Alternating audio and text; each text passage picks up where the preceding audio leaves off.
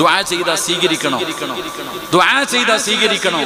ഒരു കാര്യം ചെയ്തിട്ട് ദുആ ചെയ്താൽ അവന്റെ ദുആ തള്ളപ്പെടില്ല എന്ന് നബി മുഹമ്മദ് മുസ്തഫ സല്ലല്ലാഹു അലൈഹി വസല്ലമ തങ്ങൾ പറയുന്നു, ഒരു ദുആ അല്ലാഹു തള്ളപ്പെടില്ല. ഏത് ദുആ? ഏത് ദുആ? ബിസ്മി പറഞ്ഞുകൊണ്ട് ആരാണോ ദുആ ചെയ്യുന്നത് അവന്റെ ദുആയ്ക്ക് ഉത്തരമുണ്ടെന്ന് നബി മുഹമ്മദ് മുസ്തഫ. എന്ത് പറഞ്ഞുകൊണ്ട് ദുആ ചെയ്യണം?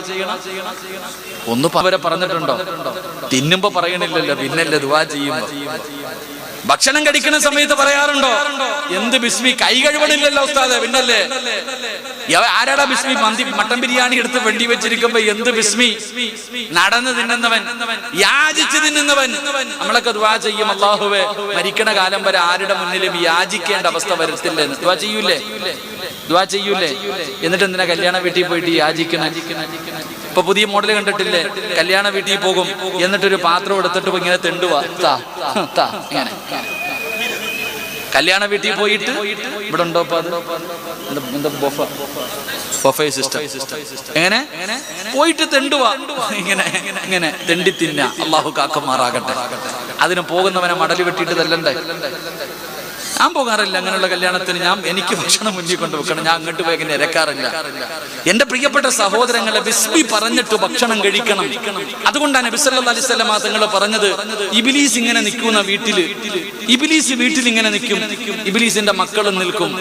അപ്പൊ ഇങ്ങനെ ബിസ്മി പറയാതെ ആരെങ്കിലും ഭക്ഷണം കഴിക്കുന്നുണ്ടെങ്കിൽ ഇബ്ലീസ് പറയും, മക്കളെ വാ, ഇന്ന് ആഹാരം ഉണ്ട്, എല്ലാവരും കൂടിക്കോ, പോയിരുന്ന് തിന്നോ. പടച്ചവനെ, നിന്റെ പെണ്ണുമ്പിള്ളയുടെ മക്കളുടെ ഇടയിൽ ശൈത്താനും മക്കളും കയറി ഇരുന്ന് തിന്ന. പിന്നെ എങ്ങനെ? അൽ ജിൻസ് യമീലുൽ ജിൻസ്, ചന്ദനം ചാരിയ ചന്ദനം മണക്കുന്നല്ലേ. ശൈത്താൻ ഇടയിൽ കയറി ഇരുന്ന് തിന്നുമ്പോ ആ ശൈത്താന്റെ സ്വഭാവം നമുക്കുണ്ടാകും. അള്ളാഹു കാക്കുമാറാകട്ടെ. എന്ന ബിസ്മി പറഞ്ഞ് തിന്നാൻ തുടങ്ങിയാലോ ഇബ്ലീസ് പറയും, ഇന്ന് പട്ടിണിയായി, ഇന്ന് പട്ടിണിയായി. എന്റെ പ്രിയപ്പെട്ട സഹോദരങ്ങളെ, ഞാൻ പറഞ്ഞു വന്നത് ബിസ്മി പറഞ്ഞിട്ട് ദുആ ചെയ്യ്. ഭക്ഷണം കഴിക്കുമ്പോ ബിസ്മി പറഞ്ഞിട്ട് വേണം കഴിക്കാൻ. ഞാൻ ഉദാഹരണം പറഞ്ഞതാ, അതുകൊണ്ടാ പറഞ്ഞത്. ഈ അടുത്തൊരു ഉമ്മ പറയുന്നു, ഉസ്താദ് എന്റെ മക്കള് തമ്മിൽ ശത്രുക്കളെ പോലെ കിടന്നടിക്കുക, കൂടപ്പിറപ്പുകൾ. ഒരു ഉമ്മയുടെ 2 മക്കള്, ജ്യേഷ്ഠനും അനിയനും ശത്രുവിനെ പോലെ തല്ലുക. അതിന്റെ കാരണം എന്താ? എന്റെ പ്രിയപ്പെട്ട സഹോദരങ്ങളെ, ഈ നാട്ടിൽ അള്ളാഹു ഇഷ്ടപ്പെടുന്ന ഏറ്റവും നല്ല ഭവനം ഏതെന്നറിയോ? അള്ളാഹു ഇഷ്ടപ്പെടുന്ന ഈ നാട്ടിലെ ഏറ്റവും നല്ല വീട് ഒരുമിച്ചിരുന്ന് ഒരു പാത്രത്തിൽ ഭക്ഷണം കഴിക്കുന്ന വീടാണെന്ന് നബി മുഹമ്മദ് മുസ്തഫ. ഏത് വീട്? ഭാര്യയും ഭർത്താവും മക്കളും ഒരുമിച്ചിരുന്ന്, ആരുടെ വീട്ടിലിരുന്നാണ് ഒരുമിച്ചിരുന്ന് ഭക്ഷണം കഴിക്കുന്നത് ആ വീട്ടിലാണ് അള്ളാഹു ഈ നാട്ടിൽ ഏറ്റവും ഇഷ്ടപ്പെടുന്ന വീട്. അള്ളാഹു നമ്മുടെ വീട് അങ്ങനെ ആക്കി തരുമാറാകട്ടെ. അള്ളാഹു അങ്ങനെ ആക്കി തരുമാറാകട്ടെ.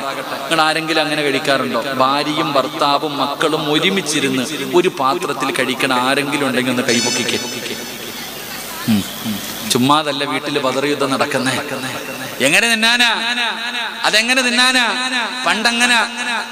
പണ്ടങ്ങനെ ഭർത്താവ് കഴിച്ചതിന്റെ ബാക്കി കഴിക്കാൻ ഭാര്യ നോക്കി നിൽക്കും, ബറക്കത്തിന് ഇത്തിരി വെക്കും, അതേ പാത്രത്തിൽ കഴിക്കും, ഇല്ലെങ്കിൽ ഒരു പാത്രത്തിൽ കഴിക്കും. ഇന്നോ നിങ്ങൾ ആരെങ്കിലും തിന്നിട്ട് നിങ്ങളുടെ ബാക്കി നിങ്ങളുടെ ഭാര്യയ്ക്ക് കൊടുത്തു വെക്കും. ഓള് തിന്നൂല, ഓളത് തിന്നൂല. എന്തിനും മക്കൾക്ക് കൊടുക്ക്.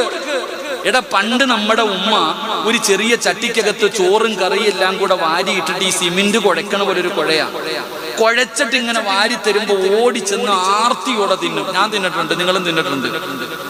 ഇന്ന് നിങ്ങൾ ആരെങ്കിലും ഒരു 5 or 6 വയസ്സുള്ള മകന്റെ മുന്നിൽ വെച്ച് കുഴക്കണം, കുഴച്ചിട്ട് വേണം നോക്കുമ്പോൾ അവൻ പറയും ഉമ്മ തിന്നോളാൻ, അവൻ തിന്നൂല. ഇതാണ് നമ്മൾ മനസ്സിലാക്കേണ്ടത്. എന്റെ പ്രിയപ്പെട്ട സഹോദരങ്ങളെ, ഞാൻ പറഞ്ഞു വന്നത് ബിസ്മി പറഞ്ഞിട്ട് കഴിക്കുക, ബിസ്മി പറഞ്ഞിട്ട് ദുആ ചെയ്യുക. ബിസ്മി പറഞ്ഞിട്ട് ദുആ ചെയ്താൽ ആ ദുആയ്ക്ക് ഉത്തരമുണ്ടെന്ന് നബി മുഹമ്മദ് മുസ്തഫ സല്ലല്ലാഹു അലൈഹി വസല്ലമ തങ്ങൾ അവിടെന്ന് പറഞ്ഞു തരുമ്പോൾ എന്റെ പ്രിയപ്പെട്ടവരോട് പറയുകയാണ്, എന്റെ പ്രിയപ്പെട്ട സഹോദരാ, ജീവിതത്തിൽ ചെയ്തു പോയ പാപങ്ങൾ മുഴുവനും പടച്ച റബ്ബിന്റെ മുന്നിൽ ഏറ്റു പറയൂ. ഉസ്താദേ, എന്റെ ദുആ അല്ലാഹു സ്വീകരിക്കുന്നില്ല. സ്വീകരിക്കാതിരിക്കാനുള്ള കാരണം എന്തെന്നറിയോ? ചോദിക്കേണ്ടതുപോലെ നീ ചോദിക്കാത്തത് കൊണ്ടാ. അല്ലാഹുവിനോട് ചോദിക്കേണ്ടതുപോലെ ചോദിക്കാത്തത് കൊണ്ടാ. എങ്ങനെയാണ് ചോദിക്കേണ്ടതെന്നറിയോ? പാപങ്ങളോരോ ഇവിടെ തഴവ ഉസ്താദ് പറഞ്ഞു തരികയാ. എങ്ങനെയാണ് പടച്ചറപ്പിനോട് തൗബ ചെയ്യേണ്ടതെന്നറിയോ? എങ്ങനെയാണ് ദുആ ചെയ്യേണ്ടതെന്നറിയോ? പൊറുക്കന്റെ പാപമാ സയ്യിദി വെറുക്കാതെ പൊറുക്കുന്നവനാരുണ്ട് നീയല്ലാതെ.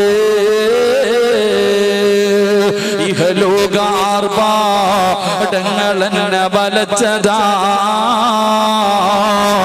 നഫ്സെന്ന ഉന്തി തള്ളിവിട്ടു ചതിച്ചതാ.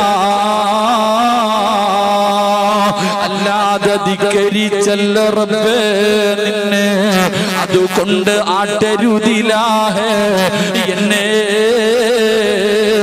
അല്ലാഹുവിനോട് പറയണം, പടച്ചവനെ നിന്നെക്കാളും പൊറുക്കുന്ന ഒരാളും ഈ ലോകത്തില്ല, നിന്നെ പോലെ പൊറുക്കുന്ന ഒരാളും ഈ പ്രപഞ്ചത്തിലില്ല. പടച്ചവനെ ജീവിതത്തിൽ ഒരുപാട് പിഴവുകൾ വന്നുപോയി, ഇതൊക്കെ പടച്ചവനെ ഇബ്ലീസ് ചതിച്ചതാണല്ലോ, പെട്ടുപോയതാണല്ലോ, സാഹചര്യത്തിന്റെ സമ്മർദ്ദത്തിൽ ചെയ്തു പോയതാ അല്ലാ. അല്ലാഹുവേ അഹങ്കാരത്തോടെ ചെയ്തതല്ല, എന്ത് ചെയ്താലും നീ കാണുമെന്ന് എനിക്കറിയാം, എന്നിട്ടും ചെയ്തത് അഹങ്കാരമല്ല അല്ലാ, പറ്റിപ്പോയതാണ് റബ്ബേ, എനിക്ക് പുറത്തു തരണേ അല്ലാ. അല്ലാഹുവിനോട് ദുആ ചെയ്യണം ചെറുപ്പക്കാരാ. അതുകൊണ്ട് എന്റെ പ്രിയപ്പെട്ടവരോട് പറയുകയാണ്, നീ ചെയ്തു പോയ ഒരു തെറ്റിന്റെ പേരിൽ പടച്ചറപ്പിനോട് പശ്ചാത്തപിച്ച് മടങ്ങിയോ, നീയും നിന്റെ ഭാര്യയും നിന്റെ മാതാപിതാക്കളും നിന്റെ മക്കളും സ്വർഗത്തിലോ. അതുകൊണ്ട് എന്തുകൊണ്ടാണ് തൗബ ചെയ്യാൻ പറയുന്നത്? നിങ്ങളെ തൗബയെ പിന്തിപ്പിക്കല്ലോ, നിങ്ങളെ തൗബയെ പിന്തിപ്പിക്കല്ലോ.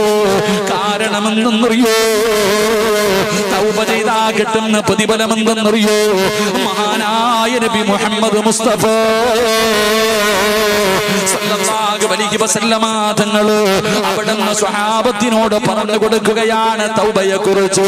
പ്രവാചകൻ അവിടുന്ന് തൗബയെ കുറിച്ച് പറഞ്ഞു കൊടുക്കുമ്പോ ജീവിതത്തിൽ ചെയ്തു പോയ പാപം പടച്ചറപ്പിന്റെ മുന്നിൽ ഏറ്റു പറയുന്നവർക്ക് പടച്ചറപ്പ് കൊടുക്കുന്ന പ്രതിഫലത്തെ കുറിച്ച് അല്ലാഹുവിന്റെ റസൂൽ അവിടുന്ന് പറഞ്ഞു കൊടുക്കുമ്പോ പ്രവാചകന്റെ മുന്നിലേക്ക് ഒരു ചെറുപ്പക്കാരെ കടന്നു വരികയോ. മഹാനായ മായിസ് റളിയല്ലാഹു തആല അൻഹു യുവത്വത്തിന്റെ നടുവിലൂടെ നടന്നു പോകുന്ന മായിസ് എന്ന് പറയുന്ന ചെറുപ്പക്കാരനുണ്ടല്ലോ, അല്ലാഹുവിന്റെ പ്രവാചകന്റെ മുന്നിലേക്ക് കടന്നു വരികയോ. യാ റസൂലല്ലാഹ്, അല്ലാഹുവിന്റെ നബിയേ എന്നെ ശുദ്ധീകരിക്കണം നബിയേ. അല്ലാഹുവിന്റെ പ്രവാചകന്റെ മുന്നിൽ മായിസ് വന്നിട്ട് പറയുകയാ. എന്താണ് പറയുന്നതെന്നറിയോ? അല്ലാഹുവിന്റെ നബിയേ, ഞാൻ വ്യഭിചരിച്ചു നബിയേ, ഞാൻ വ്യഭിചരിച്ചു നബിയേ പോലെ പറയുന്നു പോമായിസ്. അല്ലാഹുവിന്റെ റസൂൽ അവിടെ നിന്ന് പറയുകയാ പോമായിസ് എന്ന് പറഞ്ഞു പ്രവാചകൻ അവിടെ നിന്ന് പറഞ്ഞു വിടുകയാ. കാരണം എന്തെന്നറിയോ? വ്യഭിചരിച്ചവനെ എറിഞ്ഞു കൊല്ലണമെന്നാണ് ഇസ്ലാമിന്റെ വിധി. അതുകൊണ്ട് പ്രവാചകൻ അവിടെ നിന്ന് കേൾക്കാത്തത് പോലെ പറഞ്ഞു വിടുകയാ. പോയി തൗബ ചെയ്യട്ടെ, പോയി തൗബ ചെയ്യട്ടെ. അല്ലാഹുവിന്റെ പ്രവാചകൻ അവിടെ നാട്ടി വിടുകയാണ്. പക്ഷേ മായിസിന് സമാധാനമില്ല. രണ്ടാമതും അല്ലാഹുവിന്റെ പ്രവാചകന്റെ മുന്നിലേക്ക് കടന്നു വരികയാ. യാ റസൂലല്ലാഹ്, അല്ലാഹുവിന്റെ നബിയേ എന്നെ ശുദ്ധീകരിക്കണം നബിയേ. പ്രവാചകൻ അവിടെ നിന്ന് പറഞ്ഞു സ്വഹാബാ, മായിസ് കള്ളു കുടിച്ചിട്ടുണ്ടോ എന്ന് നോക്കൂ സഹാബാ, കള്ളു കുടിച്ചിട്ടുണ്ടോ എന്ന് നോക്കൂ സഹാബ. സ്വഹാബികൾ പറഞ്ഞു നബിയേ മായിസ് റളിയല്ലാഹു തആല അൻഹു കള്ളു കുടിക്കുന്ന സ്വഹാബിയല്ല. പടച്ചവനെ മായിസ് റളിയല്ലാഹു തആല അൻഹു മൂന്നാമതും അല്ലാഹുവിന്റെ പ്രവാചകന്റെ മുന്നിലേക്ക് കടന്നു വന്നിട്ട് അവിടുന്ന് പറഞ്ഞു യാ റസൂലല്ലാഹ്, എനിക്കറിയാ എന്നെ എറിഞ്ഞു കൊല്ലണമെന്നാണ് ഇസ്ലാമിന്റെ വിധി, എന്നെ എറിഞ്ഞു കൊല്ലണമെന്നാണ് ഇസ്ലാമിന്റെ വിധി. എനിക്കറിയാ നബിയേ, എനിക്കറിയാ നബിയേ, എന്നിട്ടും ഞാൻ ഈ ശിക്ഷ ഏറ്റുവാങ്ങാനുള്ള കാരണം എന്തെന്നറിയോ? അല്ലാഹു നീതിമാനാ, അല്ലാഹു നീതിമാനാ. ഒരു തെറ്റിന്റെ പേരില് അല്ലാഹു 2 പ്രാവശ്യം ഒരു മനുഷ്യനെ ശിക്ഷിക്കില്ല എന്ന് ആദരവായ പ്രവാചകൻ നബി മുഹമ്മദ് മുസ്തഫ സല്ലല്ലാഹു അലൈഹി വസല്ലമ തങ്ങൾ പറയുകയാ, ഒരു തെറ്റിന്റെ പേരിൽ 2 പ്രാവശ്യം അല്ലാഹു ശിക്ഷിക്കൂല. അതുകൊണ്ട് യാ റസൂലല്ലാഹ്, ഇവിടത്തെ ശിക്ഷ സഹിക്കാൻ കഴിയുമല്ലോ? മരണത്തോടുകൂടി ഒരു അവസാനമുണ്ടല്ലോ. പക്ഷേ പരലോകത്ത് ചെല്ലുമ്പോ എനിക്ക് കഴിയില്ല നബിയേ. ഒരു വ്യഭിചാരിയെ പോലെ, ഒരു പാവിയെ പോലെ അല്ലാഹുവിന്റെ മുന്നിലേക്ക് കടന്നു ചെല്ലാൻ എനിക്ക് പേടിയാ നബിയേ. നരകത്തിന്റെ തീ എനിക്ക് പേടിയാ നബിയേ. എന്റെ പ്രിയപ്പെട്ടവരെ, പ്രവാചകൻ സ്വല്ലല്ലാഹു റളിയല്ലാഹു തആല അൻഹുവിനെ എറിഞ്ഞു കൊല്ലാൻ പറയുമ്പോ പടച്ച റബ്ബേ, സ്വഹാബികൾ അവിടെ നിന്ന് ഏറ് തുടങ്ങി, സ്വഹാബികളെ കല്ലെടുത്തെറിയാൻ തുടങ്ങി. മായിസ് റളിയല്ലാഹു തആല വേദന സഹിക്കാൻ കഴിയാതെ ഓടുകയാ. മായിസുതങ്ങൾ വേദന സഹിക്കാൻ കഴിയാതെ ഓടി രക്ഷപ്പെടുകയാണ്. പടച്ചവരെ, സ്വഹാബികൾ വന്ന് പറഞ്ഞു, യാ റസൂലല്ലാഹ്, മായിസ് ഓടി രക്ഷപ്പെട്ടു നബിയേ. പ്രവാചകന് സമാധാനമായി, പ്രവാചകന് സമാധാനമായി. കുറച്ചു കഴിയുമ്പോ ശരീരത്തിലൂടെ രക്തമൊലിപ്പിച്ചു കൊണ്ട് വരുന്നു മായിസ്. യാ റസൂലല്ലാഹ്, അറിയാതെ ഓടിപ്പോയതാ നബിയേ. ശരീരം വേദനിച്ചപ്പോ ഓടിയതാണ് നബിയേ. ഒരു കുഴി കുത്തിയിട്ട് ആ കുഴിക്കകത്തി എന്നെ ഇറക്കി നിർത്തിയിട്ട് എറിയാ പറ നബിയേ. ഓടണമെന്ന് വിചാരിച്ചാൽ എന്നെ കൊണ്ട് കഴിയില്ലല്ലോ. ചെറുപ്പക്കാരാ, എന്തുകൊണ്ടാണ് ഈ ശിക്ഷ ഏറ്റുവാങ്ങാനുള്ള കാരണമെന്തെന്നറിയോ? ഇവിടെ വെച്ച് അതിന്റെ ശിക്ഷ ഏറ്റുവാങ്ങിക്കഴിഞ്ഞാൽ നാളെ പടച്ച റബ്ബിന്റെ മുന്നിൽ രക്ഷപ്പെടാൻ കഴിയുമല്ലോ. അതുകൊണ്ടായിരുന്നടാ ചെറുപ്പക്കാരാ, അതാ ഒരു പെണ്ണ് കിടന്നു വരികയാ. മായിസ് റളിയല്ലാഹു തആല അൻഹുവിനെ എറിഞ്ഞു കൊന്ന കഥ കേട്ടപ്പോ ഒരു പെണ്ണ് കിടന്നു വരികയാണ് നബിയേ. രണ്ടാമത്തെ പ്രതി ഞാനാ. എന്റെ വയറിനകത്ത് കിടക്കുന്ന കുഞ്ഞു മായിസിന്റെ കുഞ്ഞാണ് നബിയേ. പടച്ചവരെ, അല്ലാഹുവിന്റെ പ്രവാചകന്റെ മുന്നിൽ വന്നിട്ട് പറയുന്നു, എനിക്കുള്ള ശിക്ഷ തരാറ്. റസൂലുള്ളാഹി തങ്ങൾ പറഞ്ഞു, നീ ഗർഭിണിയല്ലോ, നീ പ്രസവിച്ചു കഴിഞ്ഞു വരാറ് പറഞ്ഞു വിടുകയാണ്. ആ പെണ്ണ് തന്റെ വീട്ടിലേക്ക് കടന്നു ചെന്നു. 9.5 മാസം കഴിഞ്ഞു. അവിടെ നിന്ന് പ്രസവിച്ചു കഴിഞ്ഞപ്പോ ചോര കുഞ്ഞിനെയും എടുത്തുകൊണ്ട് മുത്തുനബിയുടെ ചാരത്തേക്ക് കടന്നു വരികയോ. പ്രവാചകൻ അവിടെ നിന്ന് പറഞ്ഞു, നീ പാല് കൊടുക്കൂ, ഈ കുഞ്ഞിന് പാല് കൊടുക്കണമല്ലോ. പടച്ചവനെ പിന്നെയും പറഞ്ഞു വിടുകയാണ്. അവസാനം തന്റെ കുഞ്ഞ് പാല് കുടി നിർത്തിയപ്പോ, ഭക്ഷണം കഴിക്കാൻ തുടങ്ങുന്ന സമയമെത്തിയപ്പോ ആ ചോര കുഞ്ഞുമായിട്ട് മുത്തുനബിയുടെ മുന്നിൽ കൊണ്ടുവന്നിട്ട് കുഞ്ഞിന്റെ വായിലേക്ക് മറ്റുള്ള ഭക്ഷണം വെച്ച് കൊടുത്ത് കാണിച്ചു കൊടുക്കുകയാ. ഭക്ഷണം കഴിക്കാ തുടങ്ങി നബിയേ.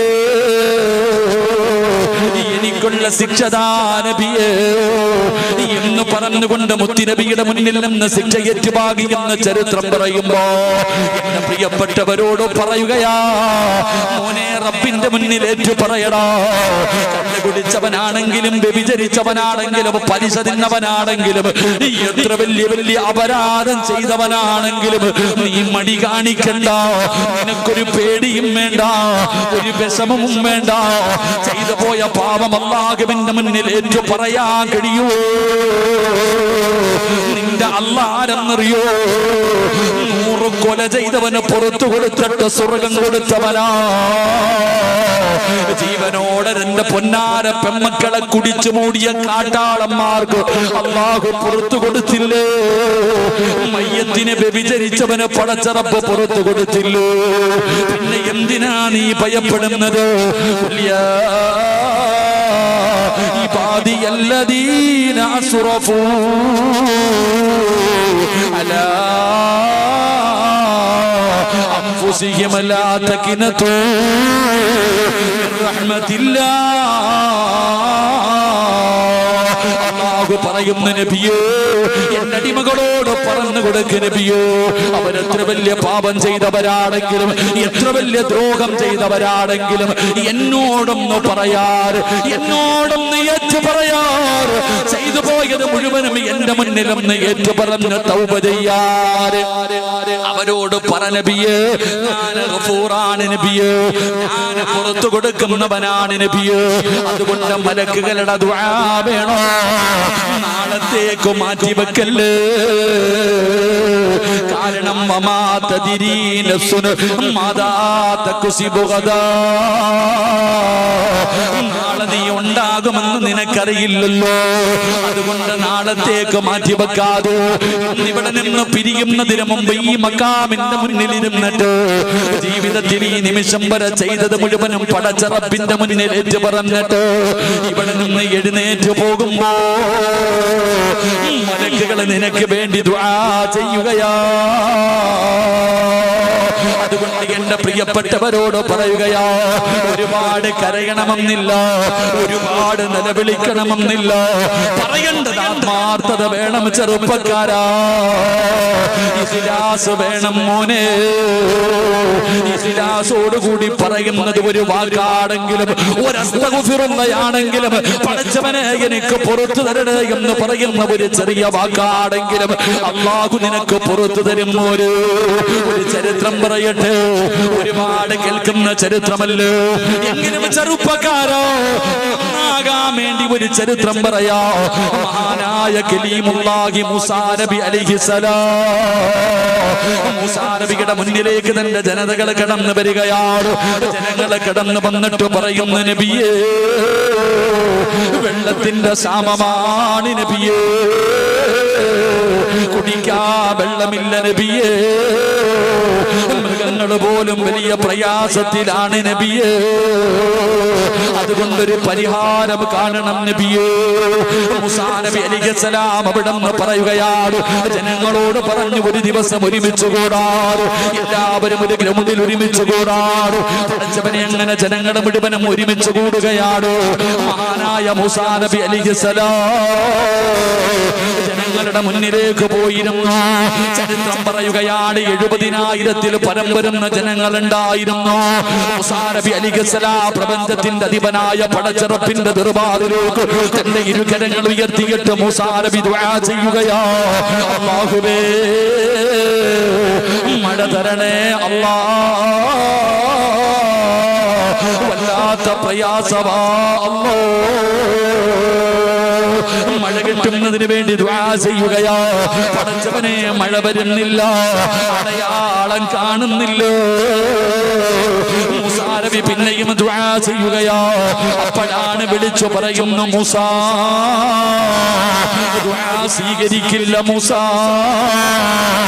മഴ പെയ്യില്ല മൂസാ. കാരണം എന്തെന്നറിയോ, അങ്ങയുടെ മുന്നിലിരിക്കുന്ന ജനങ്ങളുടെ നടുവിലോ 40 കൊല്ലമായിട്ട് പടച്ചറപ്പിനെ മറന്നു നടക്കുന്ന ഒരു ധിക്കാരിയുണ്ട്. അല്ലാഹു ചെയ്തു കൊടുക്കുന്ന അനുഗ്രഹങ്ങളുടെ മുഴുവനും 2 കൈയും നീട്ടി സ്വീകരിച്ചിട്ട് അല്ലാഹനെ മറന്നുകൊണ്ട് നടക്കുന്ന ഒരുത്തനും 40 വർഷമായിട്ട് മറന്നു നടക്കുന്നവനോ, അവനീ സദസ്സിരിപ്പുണ്ട്. അവൻ എഴുന്നേറ്റ് പോകാൻ പറ, അവൻ എഴുന്നേറ്റ് പോകാൻ പറ. അല്ലാഹുവേ മൂസാ നബി വിളിച്ചു പറയുകയാ, ആരാ? അല്ലാഹുവിനെ 40 കൊല്ലമായി മറന്നു നടക്കുന്ന ഒരു വൃത്തികെട്ടവൻ ഈ സദസ്സിലുണ്ട്. ഒരു ഭാവിയായ മനുഷ്യൻ ഇവിടെ ഇരിപ്പുണ്ട്. അവൻ എഴുന്നേറ്റ് പോകണേ, അവൻ എഴുന്നേറ്റ് പോകണേ. മൂസാ നബി ഇവിടെ നിന്ന് പറഞ്ഞു കഴിയുമ്പോ ജനങ്ങൾ പരസ്പരം നോക്കുന്നു, ആരാ? ഈ വൃത്തികെട്ടവനാരാ? ഇത്രയും വലിയ പാവി ആരാ? ജനങ്ങൾ മുഴുവനും പരസ്പരം നോക്കുകയാണ്. ഒരാൾ പോലും എഴുന്നേറ്റ് പോകുന്നില്ല. അപ്പോഴാണ് 40 കൊല്ലമായിട്ട് അല്ലാഹനെ മറന്നു നടക്കുന്ന മനുഷ്യനുണ്ടല്ലോ, അവനവിടെ ചിന്തിച്ചു, അല്ലാ എന്നെ കുറിച്ചാണല്ലോ പറയുന്നത്, എന്നെ കുറിച്ചാണല്ലോ പറയുന്നത്. ഞാനിവിടെ നിന്ന് എഴുന്നേറ്റ് പോയാ ജനങ്ങൾ അറിയുമല്ലോ, നാണം കെടുമല്ലോ. എഴുന്നേറ്റ് പോകാതെ ഇരുന്നാൽ മഴ പെയ്യില്ലല്ലോ അല്ലാ.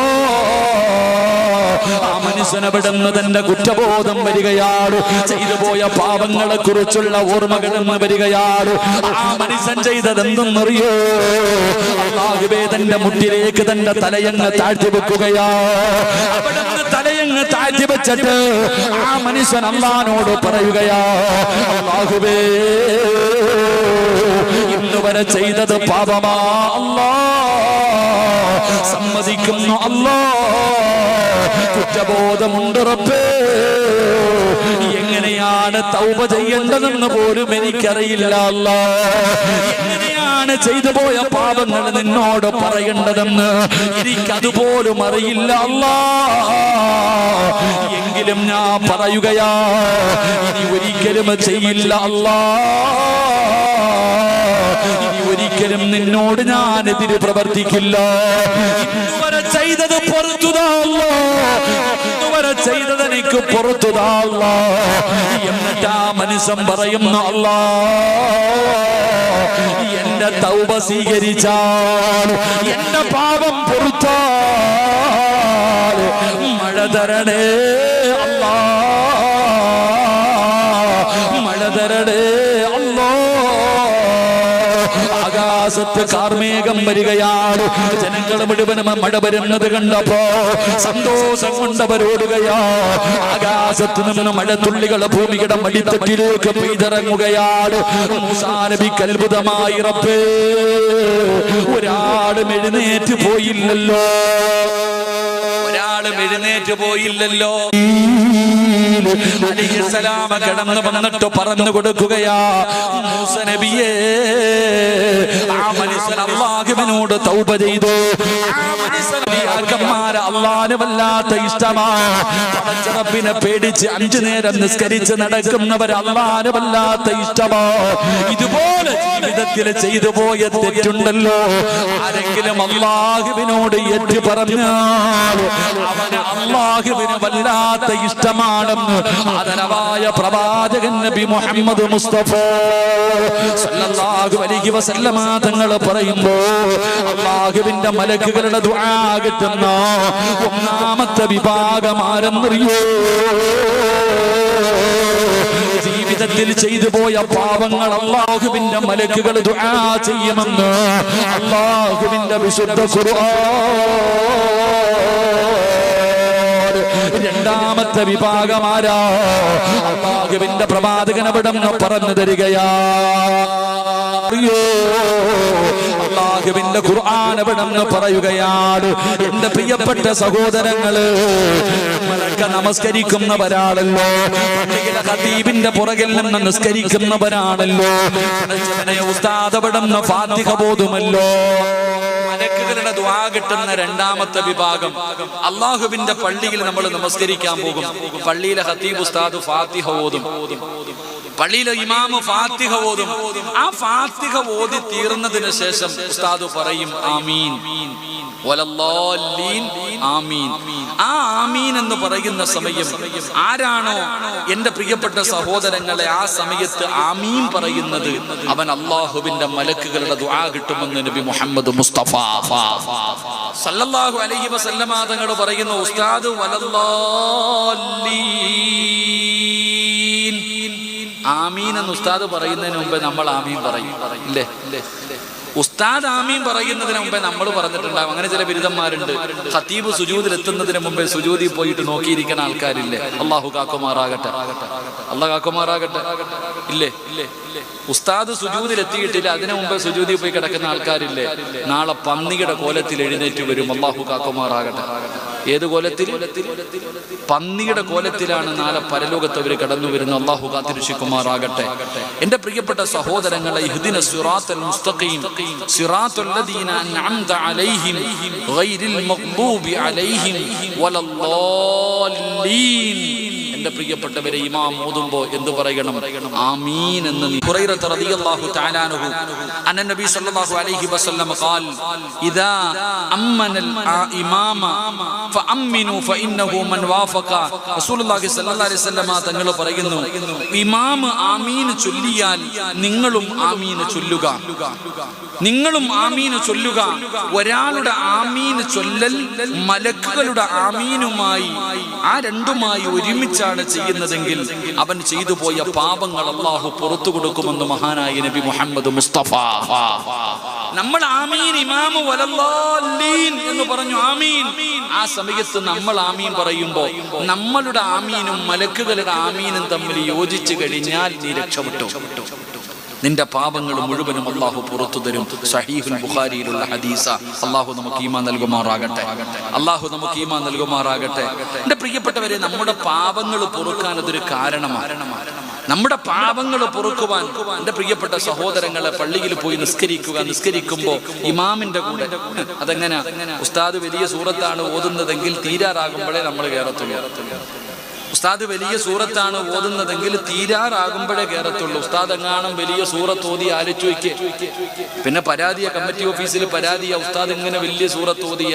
എന്റെ പ്രിയപ്പെട്ട സഹോദരങ്ങളെ, നിസ്കാരത്തിന്റെ ഓത്ത് ദീർഘിപ്പിക്കണമെന്നാണ്. ഒറ്റയ്ക്ക് നിസ്കരിക്കുന്ന സമയത്തൊക്കെ നമ്മൾ എന്ത് ചെയ്യണം? നിസ്കാരം ദീർഘിപ്പിക്കണം. ഖുർആൻ പാരായണം ദീർഘിപ്പിക്കണം. നിസ്കാരം ദീർഘിപ്പിച്ചു കഴിഞ്ഞാൽ അവന്റെ മരണവേദന അല്ലാഹു എളുപ്പമാക്കി കൊടുക്കും. അവന്റെ മരണം അല്ലാഹു എളുപ്പമാക്കി കൊടുക്കും. അല്ലാഹു നമുക്ക് ഭാഗ്യം നൽകുമാറാകട്ടെ. പിന്നെ ഉസ്താദന്മാര് ചെറിയ സൂറത്ത് ഓതുന്നത് വെറുതെ അല്ല. നിങ്ങൾ ചോദിക്കുമല്ലേ, എന്തുവാടാ ഉസ്താദ് എന്നും ഈ വദ്ദുഹ തന്നെ? ഉസ്താദ് എന്നും വദ്ദുഹ തന്നെ ഓതുന്നത് എന്താ? ഉസ്താദിന് വലിയ സൂറത്തൊന്നും അറിയത്തില്ലേ എന്ന് ചോദിക്കുന്ന വാപ്പമാരുണ്ട്. പാപ്പ മുത്തുനബി സല്ലല്ലാഹു അലൈഹി വസല്ലം തങ്ങൾ പറഞ്ഞിട്ടുണ്ട്, ഇമാമുമാര് ചെറിയ സൂറത്ത് ഓതിയിട്ടേ നിസ്കരിക്കാവൂ. പള്ളിയിലെ ഖതീബന്മാർ എന്ത് ചെയ്യണം? ചെറിയ സൂറത്ത് ഓതിയിട്ട് നിസ്കരിക്കണം. കാരണം എന്താ? ഇപ്പൊ ഇവിടത്തെ പള്ളിയിലെ ഖതീബ് നിസ്കരിക്കുമ്പോ എത്രയോ പ്രായമുള്ളവർ ഉസ്താദിന്റെ പുറകെ നിൽക്കുന്നുണ്ട്, രോഗികൾ നിൽക്കുന്നുണ്ട്. യാത്രക്കാര് പള്ളി കണ്ടപ്പോ ഒന്ന് നിസ്കരിച്ചിട്ട് പോകാന്ന് പറഞ്ഞ് ചാടിക്കേറി നിന്നതാ. ഉസ്താദ് ബക്കറ ഓതിക്കൊണ്ടിരുന്ന ഈ പുറകെ നിൽക്കുന്നവൻ പറയും, പടച്ചോൻ ഇങ്ങേരെന്താ ഹത്ത ഓതുന്നു, അല്ല തീരുന്നില്ല. അല്ല, ചിന്തിച്ചു നോക്ക്. ഇവിടെ ഇമാമിന്റെ പുറകിൽ നിൽക്കുന്നവനെ പ്രയാസപ്പെടുത്തരുത്. അതാ മനസ്സിലാക്കേണ്ടത്. ഇബാദത്തിന്റെ വിഷയം പോലും, നിസ്കരിക്കുന്ന സമയത്ത് പോലും തന്റെ പുറകിൽ നിൽക്കുന്നവരെ പ്രയാസപ്പെടുത്തരുതെന്ന അള്ളാന്റെ ദീൻ പഠിപ്പിക്കുന്നത്. അള്ളാഹു ഈമാൻ നൽകുമാറാകട്ടെ. അപ്പൊ ഉസ്താദ് വലിയ സൂറത്ത് ഓതിക്കൊണ്ട് നിന്നാ നമ്മൾ പുറകിൽ നിന്നിട്ട് ഇങ്ങനെ ആക്ക. എന്തിന് നിർത്താൻ? നമ്മൾ നിർത്താൻ. നമ്മൾ ആരെന്നറിയോ? ഈ പറഞ്ഞതിനർത്ഥം കുലുഹുള്ള ഇന്നത്തിനെ അടിക്കണമെന്നല്ല. നമ്മളാരാ? റമളാൻ മാസം വരുമ്പോ ചില പള്ളികളിൽ ഹത്ത ഓതും, അവിടെ പോകത്തില്ല. വല്ലുഹ മുതൽ താഴോട്ട് ഓതുന്ന പള്ളി തെരഞ്ഞു പോകുന്ന ബിരുദന്മാരാ നമ്മൾ. അള്ളാഹു കാക്കുമാറാകട്ടെ. അവിടെ എന്താമീനില്ലേപ്പാ? എന്താമീന നമുക്ക്? എന്റെ പ്രിയപ്പെട്ട സഹോദരങ്ങളെ, സ്വർഗത്തിന്റെ അവകാശിയെ ഞാൻ പറഞ്ഞു തരാം. സ്വർഗത്തിൽ പോണോ? അള്ളാഹു ഭാഗ്യം തരുമാറാകട്ടെ. പോണോ? ആഗ്രഹമുള്ളവരൊക്കെ ഒന്ന് കൈവയ്ക്കുക. അതിലും മടിയന്മാരുണ്ടോപ്പ? നിങ്ങൾക്ക് സ്വർഗത്തിന്റെ അവകാശിയെ ഉറപ്പിച്ച് ഞാൻ പറയാം, നീ സ്വർഗത്തിന്റെ അവകാശിയ. സ്വർഗത്തിൽ പോകണമെന്ന് ആഗ്രഹമുണ്ടെങ്കിൽ ഒരു കഷ്ടപ്പാടുമില്ല, 5 പൈസയുടെ ചെലവില്ല, 40 ദിവസം നിങ്ങൾക്ക് ധൈര്യമുണ്ടെങ്കിൽ ചെയ്ത് കാണിക്കുക. എന്റെ പ്രിയപ്പെട്ട ഉപ്പമാരോട്, എന്റെ ചെറുപ്പക്കാരോട് പറയുന്ന മക്കളെ, 40 ദിവസം അവ്വല് തക്ബീറോടുകൂടി നിസ്കരിക്കണം. പറ്റുമോ? ഇമാമ് കൈകെട്ടുമ്പോ നീ പുറകിലുണ്ടാവണം, അല്ലാതെ നിസ്കാരത്തിന് പോയി കൂടുകയല്ല. ഉസ്താദ് തക്ബീറത്തുൽ ഇഹ്റാം പറഞ്ഞ് കൈകെട്ടുമ്പോ 40 ദിവസം കൈകെട്ടാൻ നീ ഉണ്ടെങ്കിൽ നീ രക്ഷപ്പെട്ടു. അള്ളാഹു ഭാഗ്യം തരുമാറാകട്ടെ. കെട്ടാൻ പറ്റുമോ? നോക്കപ്പറിയാം. 38 ദിവസം ഉണ്ടാവും. 39ാമത്തെ ദിവസം പോകും. കാരണം അത് അത്ര എളുപ്പമുള്ള കാര്യമല്ല. എടാ, ഒരാള് ഇങ്ങനെ ശൈത്താൻ എങ്ങനെ ഒരാളെ ചെയ്യാൻ? അബൂ ഹനീഫ റളിയല്ലാഹു തആല അൻഹുവിന്റെ അടുക്കല് ഒരാള് വന്നിട്ട് പറഞ്ഞു, ഞാൻ കുറച്ച് പൈസ കുഴിച്ചിട്ട് തങ്ങളെ എവിടാണെന്ന് എനിക്ക് അറിയണില്ല, ഒന്ന് പറഞ്ഞുതരാൻ. അപ്പൊ അബൂ ഹനീഫ തങ്ങൾ പറഞ്ഞു, എനിക്ക് ഈ ഫിഖിന്റെ മസലയൊക്കെ അറിയത്തുള്ളൂ. ഇല്ല തങ്ങളെ, ഇവ ഇങ്ങനെ ചോദിക്കാം, പോയി നിസ്കരിക്കടാന്ന് പറഞ്ഞു. ഓൻ അങ്ങോട്ട് പോയി കൈ കെട്ടിയിട്ട് 2 റക്അത്ത് നിസ്കരിച്ചപ്പോ തന്നെ ഇബ്ലീസ് വന്ന് പറഞ്ഞു കൊടുത്തു, പൈസ ഇന്ന സ്ഥലത്താ കിടക്കണേ. ഓൻ ഓടിച്ചെന്ന് നോക്കുമ്പോൾ അവിടെ തന്നെ കിടക്കണം. ഇപ്പൊ ഇയാള് വന്നിട്ട് അബൂ ഹനീഫ തങ്ങളോട് ചോദിക്കാം, അതെങ്ങനെ മനസ്സിലായി നിസ്കരിച്ചങ്ങനെ? എടാ നീ നിസ്കരിക്കാൻ കൈകെട്ടി നിസ്കരിക്കാൻ പറഞ്ഞു, 2 റക്അത്ത് നിസ്കരിച്ചു, പൈസ കിടക്കുന്ന സ്ഥലം ഓർമ്മയില്ല, പിന്നെയും നിസ്കരിക്കും, ഓർമ്മ വരുന്നത് വരെ ഇവൻ നിസ്കരിക്കും.